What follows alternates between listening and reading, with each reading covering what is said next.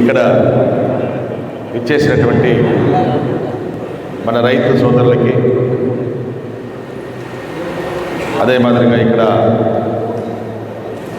కార్యక్రమాన్ని ఏర్పాటు చేసినటువంటి రైతు నాయకులకి, ప్రతి ఒక్కరికి పేరు పేరున నా యొక్క ధన్యవాదాలు తెలుపుకుంటా ఉన్నాను.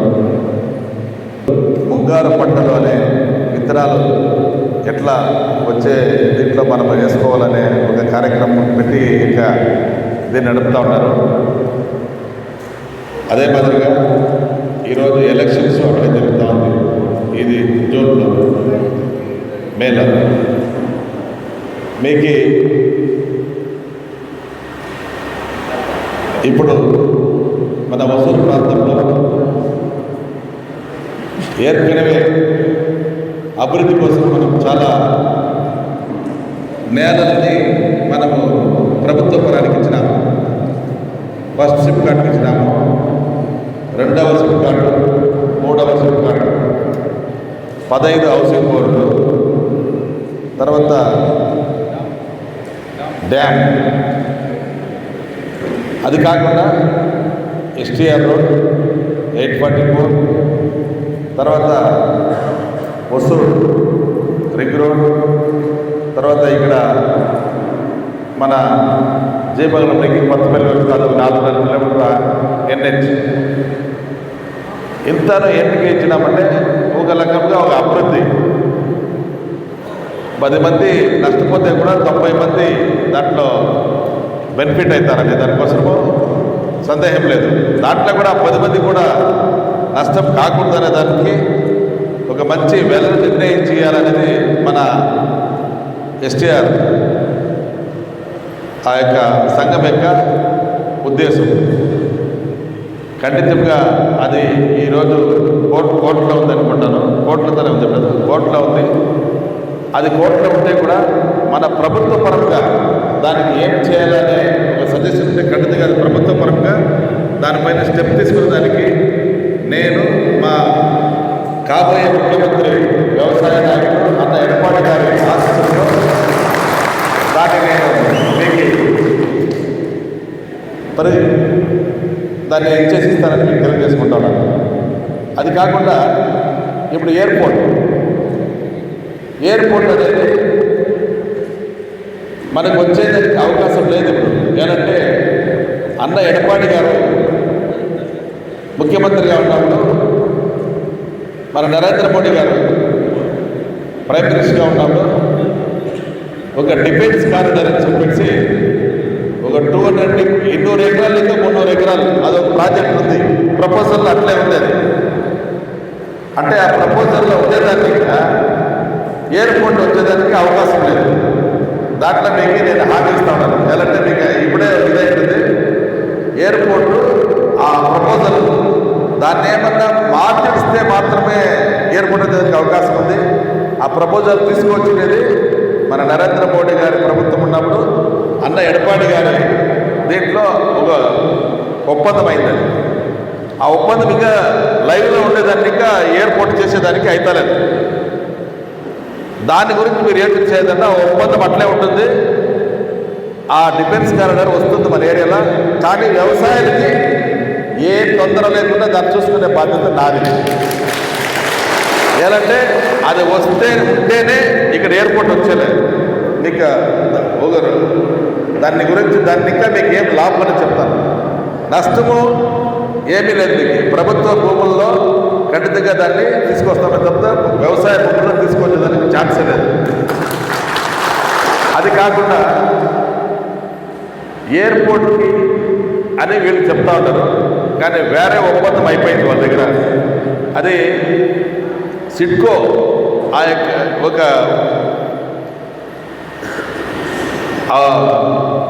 ఇండస్ట్రీ ఆ కంపెనీని ఎత్తుకునే ఒక యాక్ట్లో దాన్ని ఎత్తుకుంటారు. కానీ అది ఎయిర్పోర్ట్కి ఇవ్వాలనేది ఏమీ లేదు. దాన్ని తిరిగా ఏదైనా కంపెనీకి ఇవ్వచ్చు వాళ్ళు. ఆ బేస్లో వాళ్ళు ఎయిర్పోర్ట్ అని పేరు చెప్పుకొని న్యాలు ఎత్తా ఉంటారు. కానీ అది ఎవరికో ధారావాహిదానికి ఎవరికో దాన్ని అప్పగించేదానికి ప్లాన్ వేస్తూ ఉంటారు. అది 100% అన్న ఎడపాడి గారు చెప్పినారు. ఎయిర్పోర్టు నా పట్టదులే, మనమేమైనా ఏర్కన్వే ఉంది కదా ఎయిర్పోర్టు ఇನ್ನು అది దాంట్లో ఎయిర్పోర్ట్ చేస్తాము. మనకి ఇంటర్నేషనల్ ఎయిర్పోర్ట్ అవసరం లేదు. ఒసూరుకి 1 అవర్ జర్నీలో అంటే 60-70 కిలోమీటర్లో మనకి ఇంటర్నేషనల్ ఎయిర్పోర్ట్ ఉంది. మనకి అవసరం లేదు అన్న ఎడపాడి గారు దాన్ని క్లియర్ కట్గా చెప్పేసి దాన్ని ఇంకా మీకు ఎయిర్పోర్టు మన ప్రభుత్వం అది చేసేదానికి అవకాశమే లేదు. దానికి హామీ ఇస్తూ ఉన్నాను. ఎయిర్పోర్ట్ వచ్చేలే మన గవర్నమెంట్లో అది చెప్తాను. అది కాకుండా ఎస్టీఆర్ రోడ్కి 844కి నాలెడ్జ్ కారిడార్ వస్తారని చెప్పినారు. ఈ 4 రోడ్లకిను ఇక్కడ జీమంగళం ఇంకా పత్తిపల్లి రోడ్డు 18 కిలోమీటర్ల రింగ్ రోడ్డు పేరంటపల్లి ఇంకా జూజువాడి 844 తర్వాత ఎస్టీఆర్ అదొక 40 కిలోమీటర్ల 48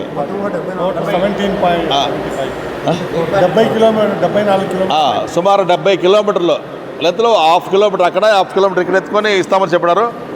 దానికి డిమాండ్ ఉండేది నిజమో. ఈ ఒసూరులో ఇండస్ట్రీస్ వచ్చేదానికి డిమాండ్ ఉండేది నిజము. దాన్ని బేస్ చేసి వీళ్ళు ఏం చేసినారో ఇంకా మనకు అర్థం కాలే. కానీ ప్రపోజల్స్ పేపర్ వర్క్స్ అంతా జరుగుతూ ఉందని మన వ్యవసాయ నాయకులు అందరూ దాన్ని గమనించుకుంటూ దాన్ని చూస్తూ ఉంటారు. కానీ అన్న ఎడపాడి గారు ఖండితంగా దాన్ని ఇచ్చేదానికి అవకాశం లేదు. దాన్ని కూడా వృద్ధి చేస్తాడు. ఏంటంటే మీరు ఆల్రెడీ మన హిల్స్ రోడ్లో మన తేర్దల్ అంటే ఎలక్షన్ ప్రచారానికి వచ్చినప్పుడు అన్న ఎడపాడి గారికి మీరు మనో ఇచ్చింట్రి. కానీ ఆ రోజు ఆయన దాన్ని సరిగా ఆ రష్లో ఇదనే కాలేదు, మీ దగ్గర మాట్లాడక కాలేదు. మన వాళ్ళు ఆ యొక్క కొరత చెప్పి తర్వాత ఇంటికి తోడుకొని పోయి ఇంట్లో వచ్చి వాళ్ళకి ఏం చేయాలో నేను కాపాడుతాను, మీరు తక్షణానికి దాన్ని ఎట్లా నిలుపుకోవాలనేది మాత్రము అనే ఒక హామీ ఇచ్చిన వాళ్ళకి దానికి కోర్టులకి ఇట్లా ఒక పిటిషన్ వేసి దాన్ని ఒక స్టే తీసి పెట్టుకోండి అని చెప్పి మనం వస్తే దాన్ని చేసేదని చెప్పడం దానికి మనకి వారిపైన ఒక నమ్మకం ఉంది. అదే మాదిరిగా మీరు వ్యవసాయులు చెన్నైకి పోతారు, ఆయనకి మను ఇస్తామనేసి మీరేమి వాళ్ళని కొట్టేకో కోసేకో ఆర్భాటం చేసేకో పోలేదు. మీరేమి మను ఇస్తే మీ యొక్క కోరిక ఈ వాళ్ళని ఎత్తుకొని వద్దండా మాకు కావాలి మమ్మల్ని కాపాడండి అనే దానికి పోయింది. మీరు అంతే ఆయన ఓకే చూస్తామనంటే అయిపోయింది పని తీసుకొని. కానీ వాళ్ళు దాన్ని కూడా తీసుకోకుండా మిమ్మల్ని అరెస్ట్ చేసినప్పుడు నేను మా దగ్గర మన వ్యవసాయ నాయకులు సంప్రదించినప్పుడు నేను ఇమీడియట్గా మన ఎడపాడి గారి దగ్గర మాట్లాడుతుంది. అట్లే 10 నిమిషాల్లో మీడియాను పిలిపించి పైన స్టేట్మెంట్ ఇచ్చినారు. వ్యవసాయాల కోసమని పాటుపడతారని చెప్పి ఈ గవర్నమెంట్ రాకుండా ముందరనే ప్రభుత్వం లేనప్పుడు మేము ప్రభుత్వం ఉన్నప్పుడు ఊరు పోయి మీకు ఏం కావాలా, మీకు ఏం కోరికలు, మీకు నేను ఉన్నానన్నాడు. గవర్నమెంట్కి వచ్చినాక, పదవికి వచ్చినాక, పవర్కి వచ్చినాక ఏం చేశా? మీరు మాకు ఇట్లా కష్టమని పోతే ఆ పేపర్ తీసుకొని చదువుకుండా దానికి ఒక బదులీకుండా మిమ్మల్ని అరెస్ట్ చేసిరి. అంటే ఈ గవర్నమెంట్ ఏమి అర్థమో, పదవిలో ఉంటే ఎవరు అవసరంలే, పదవిలో లేకుంటే పెట్టి ఎత్తుకొని వచ్చి ఊరు మీ కోరికేమి, మీ బాధ ఏమని అడిగా. పదవిలో లేనప్పుడు నువ్వు అడిగి ప్రయోజనమేమి? పదవిలో ఉన్నప్పుడు మనం కోరిక ఇస్తే ఆ కోరిక నెరవేర్చొచ్చును. ఆ కోరిక నెరవేర్చినా మిమ్మల్ని జైలుకి తోడుకోపోయా, మిమ్మల్ని బంధించే 24 గంటలు మిమ్మల్ని 12 అవర్లు మిమ్మల్ని బంధించినాయి. అది అన్న బాగా దానికి మంచి చమత్కరమైనటువంటి ఒక స్టేట్మెంట్ ఇచ్చి మనకి సపోర్ట్గా ఉండే. అది కాకుండా 2 ఎక్స్ మినిస్టర్ని మీ దగ్గరికి పంపించిరి. కానీ వాళ్ళు కూడా లోపలికి ఇడకుండా వాళ్ళు తొందర చేసిరి. అది కూడా ఇది వచ్చే తిరిగా సాయంకాలం వచ్చేటప్పుడు మీకు అపాయింట్మెంట్ తీసుకుంటే మీరు వచ్చేది లేట్ అయిన దానిక ఆయన బయట పోయిన దానిక మీరు ఆ పార్టీ ఆఫీస్లో మీ యొక్క లెటర్ని ఇచ్చింది. ఆ లెటర్ని అన్నకి చేరింది. అదే మాదిరిగా ఇప్పుడు కూడా నేను అన్న దగ్గర మాట్లాడాను. మా వ్యవసాయాలంతా భయపడుతూ ఉంటారు, నాకు దీనికి ఒక హామీ కావాలని. నువ్వు ఏమీ దిగులు పడొద్దు చెప్పాడు నువ్వు వాళ్ళకి అని చెప్పాడు నాకే. ఎలాంటే ఆయన ఒక వ్యవసాయి, నేను ఒక వ్యవసాయి, మేము మాట్లాడుకున్న దాంట్లో మీరు ఒక వ్యవసాయంలో మీతోటి నేను ఉండేవాడు. ఖండితంగా దీన్ని మీకు తప్పు జరిగేదానికి అవకాశం లేదు. మీకు మంచిదే జరుగుతుందని నేను ఈ సభాముఖంగా తెలియజేసుకుంటాను. ఏదో ఓట్ల కోసము బాలకృష్ణారెడ్డి చెప్తారనుకున్నదంట. ఓట్లు అనేది వేరే, మేము మీ కష్టం ఏమి అనేది నాకు తెలుసును. ఎలాంటే నేను ఒక వ్యవసాయ కుటుంబంలో పుట్టినోడు. మన ప్రాంతంలో ఎన్నో వేల ఎకరాలు, లక్షల ఎకరాలు ఉండింది, ఇప్పుడు 1000 ఎకరాలకు వచ్చింది. ఒక్కొక్క కుటుంబంలో 50 ఎకరాలు, 100 ఎకరాలు ఉందంతా ఇప్పుడు 10 ఎకరాలు, 5 ఎకరాలకు వచ్చింది. ఇంకా కొందరికి 1 ఎకరా, అర ఎకరా ఉంది. ఆ భూములు పోయేసేయాలంటే మనకి ప్రాంతంలో ఏదో చదివి పిల్లలు మంచి ఉద్యోగాల్లో ఉన్నారంటే లేదు. ఇక్కడ మంచి మంచి ఇండస్ట్రీస్ వచ్చింది, కానీ ఆ ఇండస్ట్రీస్లో, ఆ ఫ్యాక్టరీల్లో పనిచేసే అర్హత మనకి లేదు. మన వాళ్ళు చదువులేదు. దాన్ని ఇంకా మనము నమ్మిండేది వ్యవసాయాన్ని. ఆయన మన ఎలక్షన్ మన నైట్ దీంట్లో కూడా చెప్పే, ఈ ప్రాంతంలో మంచి పుష్పాలని పండించి ఎగుమతి చేసేటువంటి ఒక ఏరియా ఈ ఒసూరు ఏరియా, ఈ యొక్క కృష్ణగిరి డిస్టిక్, అదే మాదిరిగా మామిడి పండ్లు పండే ఏరియా, అదే మాదిరిగా వెజిటేబుల్స్ పండే ఏరియా ఇది. దీన్ని కాపాడే బాధ్యత నాదని ఆయన ఇండైరెక్ట్గా మీకు అందరికీ చెప్పినాడు. మీరు ఉంటే అక్కడ దాన్ని ఇంకా అది కూడా ఒక సూచనే మనకి. మన ప్రాంతంలో మన వ్యవసాయ భూములను ఎత్తేదనేదానికి అదొక సూచన. కాబట్టి మీరు ఎవరు భయపడే అవసరం లేదు.